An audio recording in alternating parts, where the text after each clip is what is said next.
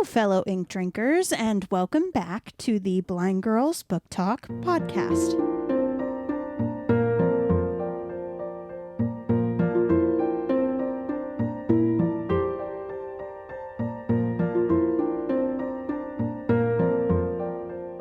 My name is Aria. And I'm Belle. And we are two legally blind sisters who love reading and love books. And so what we've done is we've created this show in order to talk about that. We talk about a wide variety of bookish content, and that can range from bad retellings of stories, book to movie adaptation comparisons, buddy reads, recent reads, bookish challenges. Really, the list does go on and on. And today what we're doing is we're changing it up. So last time we said that this episode would be an author battle. That didn't go too well. We still weren't able to figure out exactly how to do that. So that is an episode type that's going to be coming down the line. We just still have some more kinks to iron out with it. So instead what we're going to be doing is we're going to be doing a recent read talk. Now, I personally have read a lot of good books so far this month. This month is May. So it was really difficult for me to pick a book that I want to talk about. Belle, I think, has been doing a lot of reading as well, right? Sure. That doesn't sound too... Dude, I don't even know what the date is half the time. Oh, well, fair enough. So that being said, I'll go ahead and kick off today's recent read talk. And the book that I'm going to be talking about is a book that is called Between. And the author's name is L.L. Starling. So this book is a cozy fantasy romantic comedy, which when I saw this come up as something that Amazon recommended to me, I was just kind of like, that's a lot, but I'm intrigued. And so I downloaded it. It's on Kindle Unlimited and started reading it. And I really, really, really enjoyed it. This is a really fun book. One thing I do like about it is that it's essentially kind of two books in one. The first half of the book is told from the main girl's perspective. And then the second half of the book is told from the lead guy's perspective, which I thought that was really neat how they kind of played off each other in a way. So essentially, there might be some light spoilers. I'm going to try not to spoil anything too much, but just in case, tread carefully with this one. But the story is about a girl who she moves to this random town in like the middle of nowhere to be a substitute teacher at this like elementary school academy thing. Her best friend moves with her, and while she's there, some shenaniganery happens, and she finds out that there's like a parallel world that is called the Between. And she ends up, by shenaniganeries, she ends up becoming queen of this world. And so it's then kind of her coming to terms with all of that, essentially, is kind of how her story goes. Lots of shenaniganeries happening. For the guy's perspective, it is kind of similar, except he is the king of this other parallel universe thing, or a king. And so it's kind of going over all the things that he has to do, kind of like the flip side of what's going on in her world versus what's going on in his.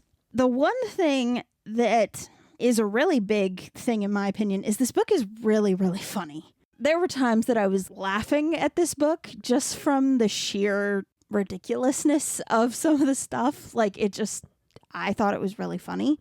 And to kind of put that in a little bit of perspective, I kind of want to go over kind of one section, like just so you get an idea of the humor in this book. So this is from the guy's half of the story. And pretty much he is being called because there are people that are challenging him for his throne.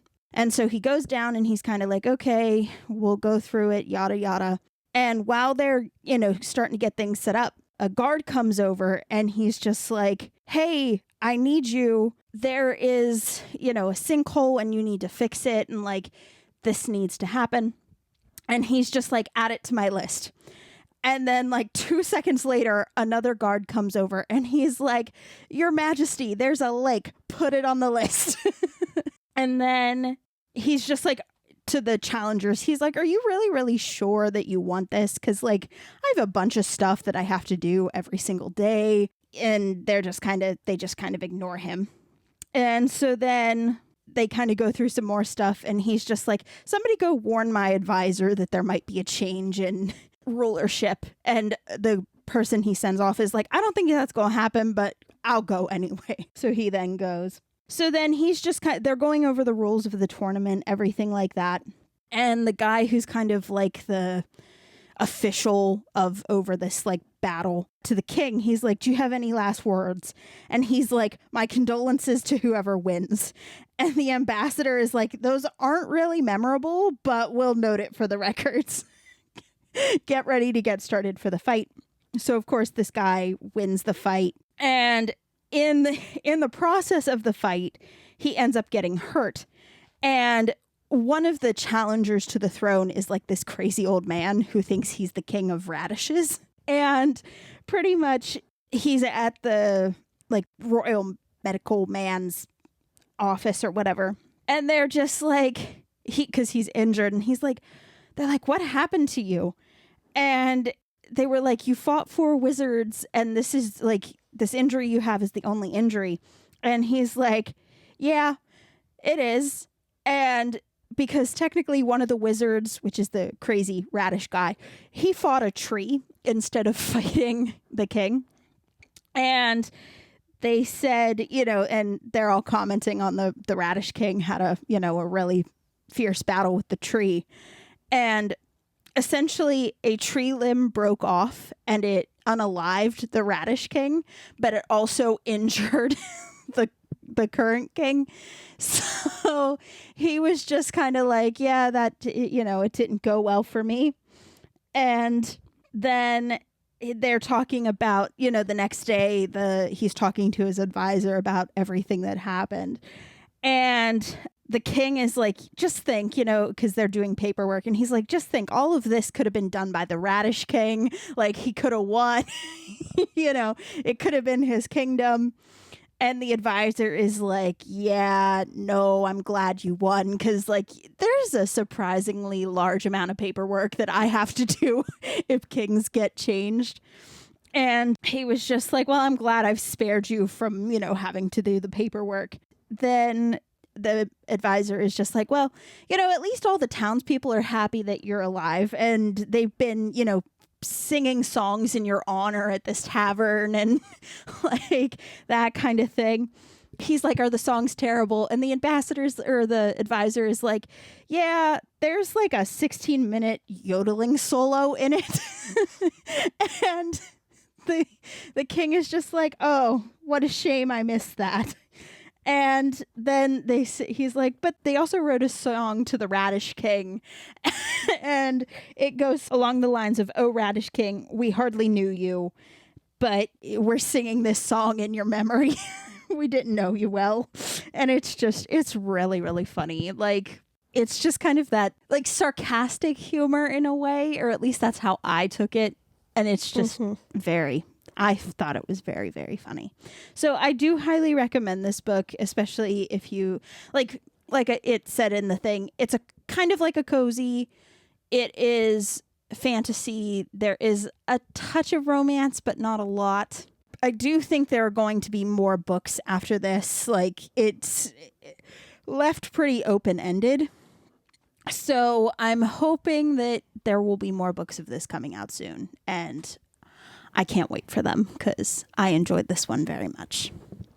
Now, what is the book that you would want to talk about? So my most recent read is Be My Endgame by Andrea Rousse. I'm not even going to try to pronounce it. It was okay. Okay. Oh, wait. No, I lied. That wasn't the book that I read. JK. Okay. I read Be My Game Changer. Be My Game Changer. It's by the same author. I'm sorry. I'm on Goodreads. I read Be My Game Changer. Yeah, it was mediocre for me. It is like a sports romance with baseball. I got kind of excited for it because, like, in the synopsis, the first line in the synopsis is there's no crying in baseball, apparently no reading either. Oh, okay. And, like, the girl, her best friend drags her to a baseball game, and she takes a book, and she's sitting there reading, and it's the pitcher's, like, first game with the team and first game back after an injury. Like, he got injured and got signed to the team, and it's, like, his first game. Mm-hmm. And, like, everybody makes a joke about it because she's not even paying attention to the game, and she's, like, front row. So, like, Mm-hmm. the guy sees her, and whatever. It starts out good with that, and then it just kind of falls off. Oh, like how so? Dude has daddy issues. Oh. Rightfully so, though, because so the team that he's on is his dad's old team. So his dad played baseball and was a pitcher. Mm-hmm. So when he got his injury, he then finds out that his dad is the one who made that team sign him.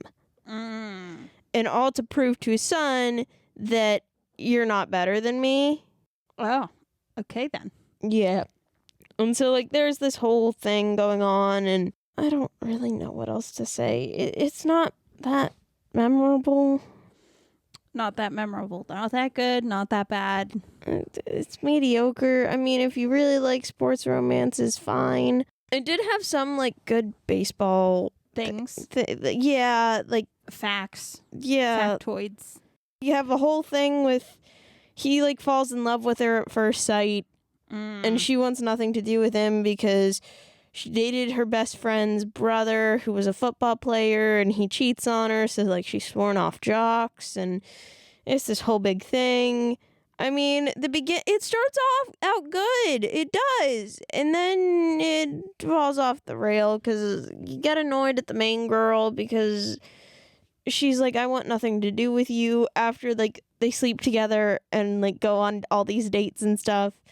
And she's like, oh no, I'm really starting to like this guy. Oh, I know what I'm gonna do. I'm just going to, like, ghost him. But, like, it's, like, out of nowhere. And then the dude who's like, oh, yeah, I'm going to fight for her through every step of this. She ghosts him, and he's just like, I give up. And I'm like, wait a second. So is there a happily ever after here? Or Yeah, eventually there's a happy ever after. The end of the book legit ends with, like, it ends very abruptly. Oh, I hate that. So it's like the last chapter ends, and it's like, okay, I don't know. It was really dumb. Yeah, I don't even know what to say to that because, like there was some cute moments. Like, there's, like, the whole thing of how pitchers can have a cheat sheet in their hat. Like, a cheat sheet that's not really a cheat sheet. Mm-hmm. Well, he keeps pulling off his hat during a game and looking at his hat, and she asks her best friend, what the heck's he doing? And he's like, oh, it's a cheat sheet, whatever. But then she asks him, and he's like, oh, no, I don't have a cheat sheet. I have everything memorized. And she's like, then why the heck are you looking at his hat? And in his hat, he has a baseball card of his father to remind him that he's playing the game for himself and not his father. Like, it's for me, not for him. But there's this really cute moment at the end when they're, like, finally, like, kind of messing up his dad's life. They're like, we're going to end your whole career, but, like, not really. And she's at the game, and his father comes on to the, like, sit behind the batter. Mm-hmm. So, like, he's right in his son's line of sight to mess with his head. And he's just like, he goes off to the dugout, and the coach is like, you okay? And he's like, I'm gonna be great. Do you have a Sharpie? And it's really cute because what he does, because, like, the girl has a talk with him, like, you know, earlier, like, before the game. And it's really cute because on the card he then writes for us, not him. That's cute. And I'm like, oh, that's cute. And then it just went nowhere else with it. It's yeah. And see, like, okay. Oh, and then you find out that one of his teammates is spying on him for the father. It's backward. Like, everything is so weird. It's things are just pulled out of left field, and it's not worth it. I mean, fair enough. Okay, are you reading a lot of sports romances? I read that one yesterday. Today I just finished Mafia.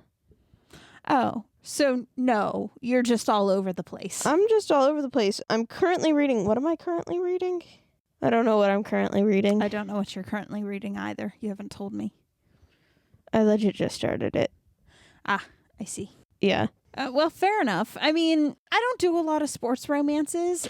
I read one earlier the year. Where the heck is it? Rule number 5. That one was cute. Rule number 5 was cute. Okay. But then again, it's hockey, and I love hockey, so I'm biased to that. Okay. Let me preface, I don't like hockey players. I like the game. Fair. So I liked that one. Apparently, those are the only 2 sports romances I read this year. Yeah, I was going to say, I think I've only ever read one sports romance ever, and that was The Cheat Sheet. I'm not really like that big of a sports romance person. It's more so I was on Pinterest, and how Pinterest has like the little reels. Mm-hmm. Like were showing up in like my book feed. And so I was just screenshotting ones that I liked scenes in. Although I was lied to about the most recent one, so kind of sad. I do hate when that happens. Well, okay, it's not that it necessarily lied, but I was expecting this big scene. It didn't deliver on that big scene. Yeah, I hate when that happens. I hate when, like, on Instagram, they have the reels where it's just kind of like it gives you like a little scene in the book, and you're just like, oh, that's a good one. And then like where it is in the book, like when you're actually reading it, it's just kind of like meh. Well, like, no, it just mentions it. Like, okay, I shouldn't say that it tells you the scene. It like says like when he does this or something like that, and he does that. Like the girl, like in like one of her like argument speeches, she calls him out for doing that on what it says, but like it's never really touched on that much that I thought it was, and I got real excited for that, and it didn't happen. Yeah, I mean, it was better than the sports one, but I don't know. That one was also kind of lackluster. I feel like if I have a good reading month, you have a bad one. Because, like, there were so many, like, real good ones this month that I was doing great with my Emma Hart. You were. And then I, like, ran out of Emma Hart. I hate when that happens, too. Or ran out of Emma Hart that I wanted to read. There's still, like, one more that I would want to read, but I was like, I think I need a break. Which is fair. So now I'm on my list of things social media has recommended.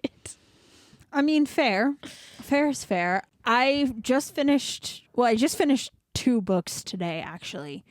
And I have no idea what one I'm going to go to next. I'm between 2 and I just don't know what to do. Because I'm kind of, at this moment, I'm kind of killing time until a bunch of books that are like the next in series that I've been reading are coming out. Like there's like 4 or 5 of them coming out like in 2 days. So I'm just kind of like waiting until we hit that date and then I can read those, which I'm very excited for. I think one of the ones that I wanted to read came out. I don't know. I think no, it didn't. It's not June yet? Question mark. No, it is not June yet. We are still in May. I have no clue anymore. Everything is running together, and time means nothing. Time means nothing currently to myself, and I'm struggling. I'm also coming off like 2 weeks of dying. Yeah, this is true. You were struggling a little bit because of some medication. Yeah, medication side effects. Don't recommend. Yeah, they are no fun in the slightest. Well, on that charming note, I think we talked enough about our recent reads. We want to thank you for coming along as we talked about these books. If you liked the episode, if you like what you've been listening to, if you like us, please consider following the podcast and sharing the episode with your friends. Both of those actions would be greatly appreciated. Now, what are we going to be talking about next time? Summer read recommendations, question mark? Is that what we did? Yeah, that sounds about right. We're going to say that's what it is. If not, Belle lied to you. Yeah, I mean, it happens. These things do happen. I think there's another episode in the next coming that I lied to. Yeah, there's a couple that I've lied about. The schedule right now is a little janky, so we might say one thing and then the next week come back and do another. So bear with us. We're getting there, kind of. In defense to this is we're not filming in bulk like normal, so like yeah, we're kind of going as we go, and things aren't falling into place. Things can change in real time now, so it's not like before where we kind of had to just do it. We can now kind of tweak things as we go, so it can lead to some changes. But anyway, thank you guys for listening, and we'll see you guys next time. Bye.